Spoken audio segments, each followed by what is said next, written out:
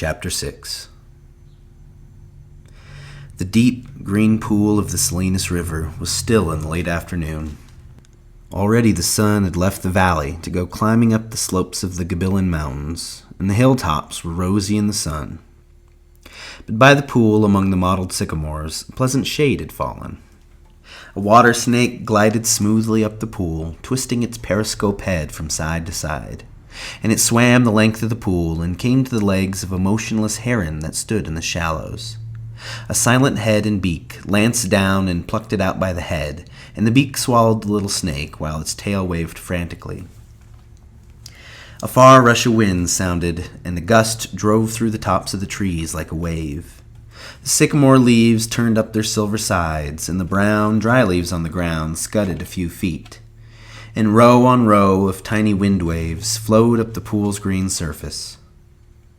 As quickly as it had come, the wind died, and the clearing was quiet again. The heron stood in the shallows, motionless and waiting. Another little water snake swam up the pool, turning its periscope head from side to side. Suddenly Lennie appeared out of the brush, and he came as silently as a creeping bear moves. The heron pounded the air with its wings, jacked itself clear of the water, and flew off downriver. The little snake slid in among the reeds at the pool's side. Lennie came quietly to the pool's edge.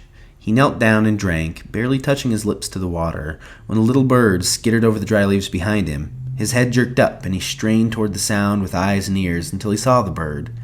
Then he dropped his head and drank again.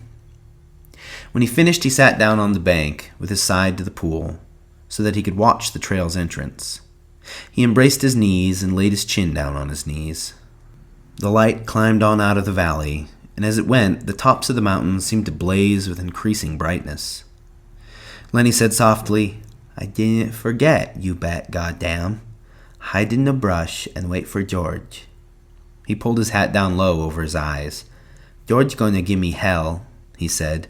"George gonna wish he was alone and not have me bothering him." He turned his head and looked at the bright mountain tops.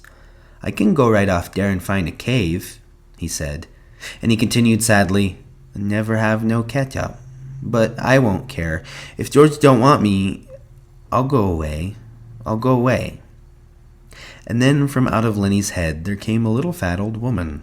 She wore thick bullseye glasses, and she wore a huge gingham apron with pockets, and she was starched and clean. She stood in front of Lennie and put her hands on her hips, and she frowned disapprovingly at him. And when she spoke, it was in Lennie's voice. "I tell you, she said.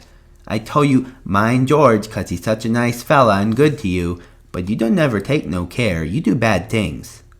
And Lennie answered her, "I tried, Aunt Clara, ma'am. I tried and tried. I couldn't help it."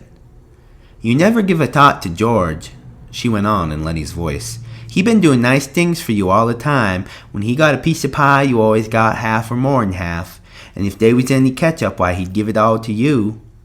"I know," said Lennie miserably. "I tried, Aunt Clara, ma'am. I tried and tried." She interrupted him. "All the time he could have had such a good time if it wasn't for you. He would have took his pay and raised hell in a whorehouse, and he could have sat in a pool room and played snooker, but he got to take care of you." Lennie moaned with grief. "I know, Aunt Clara, ma'am. I'll go right off in the hills, and I'll find a cave, and I'll live there, so I won't be no more trouble to George." "You just say that," she said sharply. "You're always saying that, and you know son of a bitching well you ain't never gonna do it. You just stick around and stew the bejesus out of George all the time." Lennie said, "I might just as well go away. George ain't gonna let me tend no rabbits now." Aunt Clara was gone, and from out of Lennie's head there came a gigantic rabbit. It sat on its haunches in front of him, and it waggled its ears and crinkled its nose at him.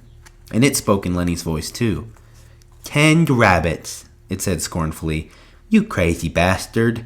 You ain't fit to lick the boots of no rabbit. You'd forget 'em and let 'em go hungry. That's what you'd do, and then what would George think?" "I would not forget," Lennie said loudly. "The hell you wouldn't," said the rabbit. "You ain't worth a greased jackpin to ram you into hell. Christ knows George done everything he could to jack you out of the sewer, but it don't do no good. If you think George's gonna let you tend rabbits, you're even crazier than usual. He ain't. He's gonna beat the hell out of you with a stick. That's what he's gonna do. Now Lennie retorted belligerently, He ain't neither. George won't do nothing like that. I've knew George since I forget when, and he ain't never raised his hand to me with a stick. He's nice to me. He ain't gonna be mean. Well, he's sick of you, said the rabbit. He's gonna beat the hell out of you and then go away and leave you. He won't, Lennie cried frantically. He won't do nothing like that. I know George. Me and him travels together.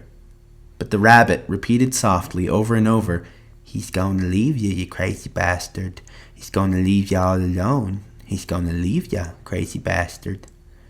Lennie put his hands over his ears. He ain't, I tell you he ain't. And he cried, Oh, George, George, George.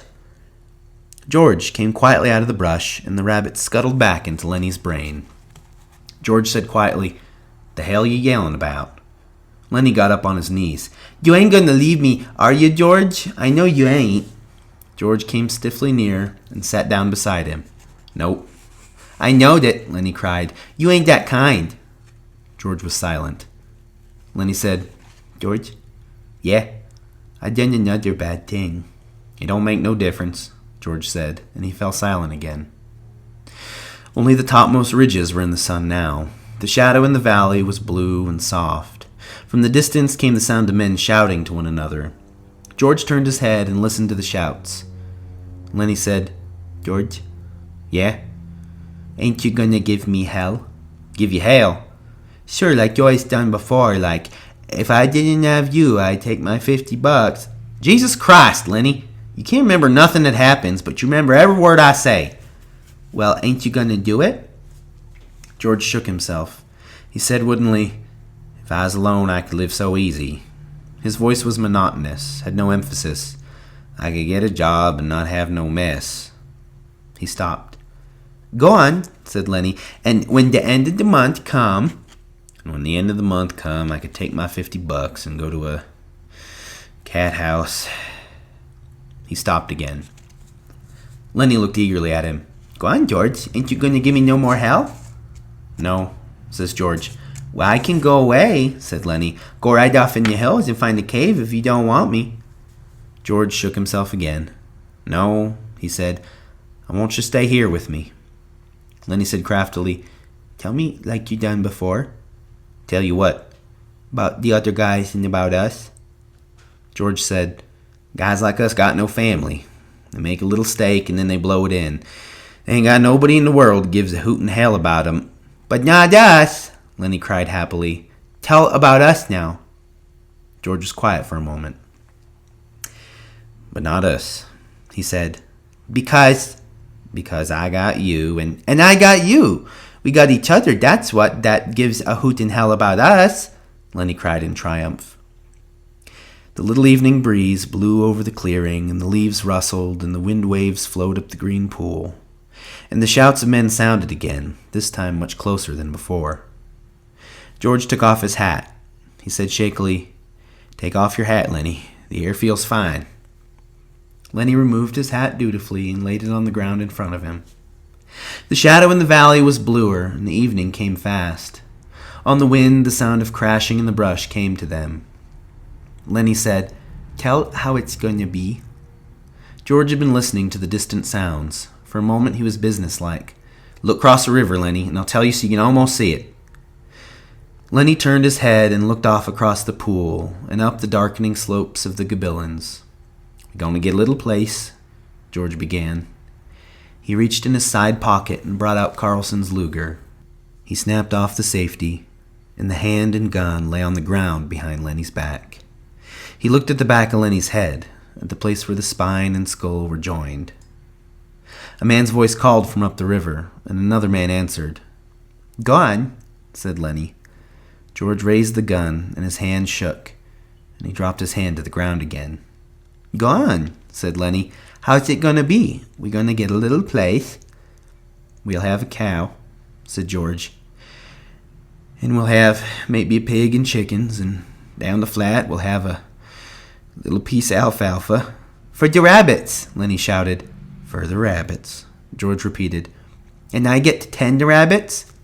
And you get to tend the rabbits. Lennie giggled with happiness. "And you live on your father de land?" "Yes." Lennie turned his head. "No, Lennie. Look down there across the river like you can almost see the place." Lennie obeyed him. George looked down at the gun. There were crashing footsteps in the brush now. George turned and looked toward them. "Go on, George. When are we going to do it?" "Going to do it soon." "Me and you?"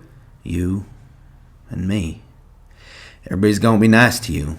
Ain't going to be no more trouble. Nobody going to get hurt nor steal from 'em." Lennie said, "I thought you was mad at me, George." "No," said George. "No, Lennie, I ain't mad. I never been mad, and I ain't now. That's the thing I want you to know." The voices came close now. George raised the gun and listened to the voices. Lennie begged, "Let's do it now. Let's get that place now." "Sure, right now. I gotta. We gotta." And George raised the gun and steadied it, and he brought the muzzle of it close to the back of Lennie's head. The hand shook violently, but his face set and his hand steadied. He pulled the trigger. The crash of the shot rolled up the hills and rolled down again. Lennie jarred and then settled slowly forward to the sand, and he lay without quivering. George shivered and looked at the gun, and he threw it from him back up on the bank near the pile of old ashes. The brush seemed filled with cries and the sound of running feet. Slim's voice shouted, "George, where you at, George?" But George sat stiffly on the bank and looked at his right hand that had thrown the gun away. The group burst into the clearing, and Curly was ahead. He saw Lennie laying on the sand. "Got him, by God." He went over and looked down at Lennie, and then he looked back at George. "Right in the back of the head," he said softly. Slim came directly to George and sat down beside him, sat very close to him. "Never you mind," said Slim. "A guy got to sometimes." Carlson was standing over George. "How'd you do it?" he asked. "I just done it," George said tiredly. "Did he have my gun?" "Yeah, he had your gun." "And you got it away from him, and you took it, and you killed him?" "Yeah, that's how." George's voice was almost a whisper. He looked steadily at his right hand that had held the gun.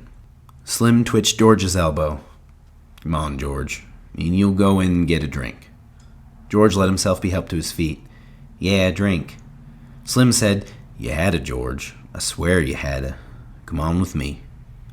He led George into the entrance of the trail and up toward the highway. Curly and Carlson looked after them, and Carlson said, "Now what the hell you suppose is eating them two guys?"